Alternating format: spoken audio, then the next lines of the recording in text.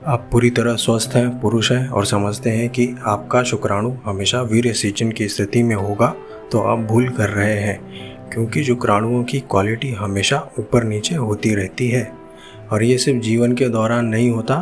वैसे ज़्यादातर मर्द आमतौर पर जीवन भर शुक्राणुओं का उत्पादन करते हैं, लेकिन अत्यंत गतिशील शुक्राणुओं की तादाद धीरे धीरे घटती जाती है, साल दर साल 0.7% की दर से। साल का अलग अलग समय भी शुक्राणुओं के उत्पादन को प्रभावित करता है। इंसानों में सबसे ज़्यादा शुक्राणु वसंत में और सबसे कम गर्मियों में पाए जाते हैं, और यही रुझान पुरुषों की दुनिया में भी दिखाई देता है।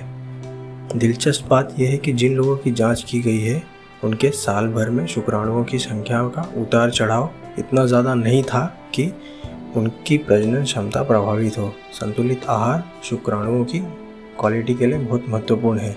Zinc, selenium, vitamin C, vitamin E, folic acid और ओमेगा 3 शुक्राणुओं की गतिशीलता को बढ़ाते हैं।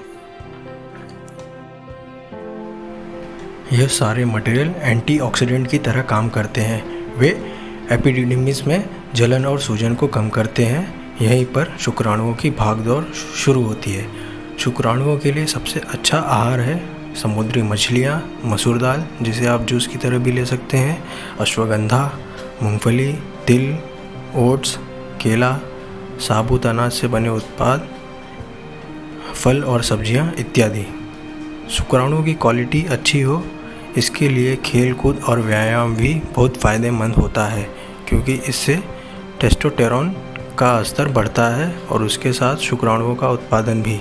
लेकिन दिलचस्प बात यह है कि बहुत ज़्यादा खेलकूद करने वाले खिलाड़ियों में शुक्राणुओं का उत्पादन कम होता जाता है।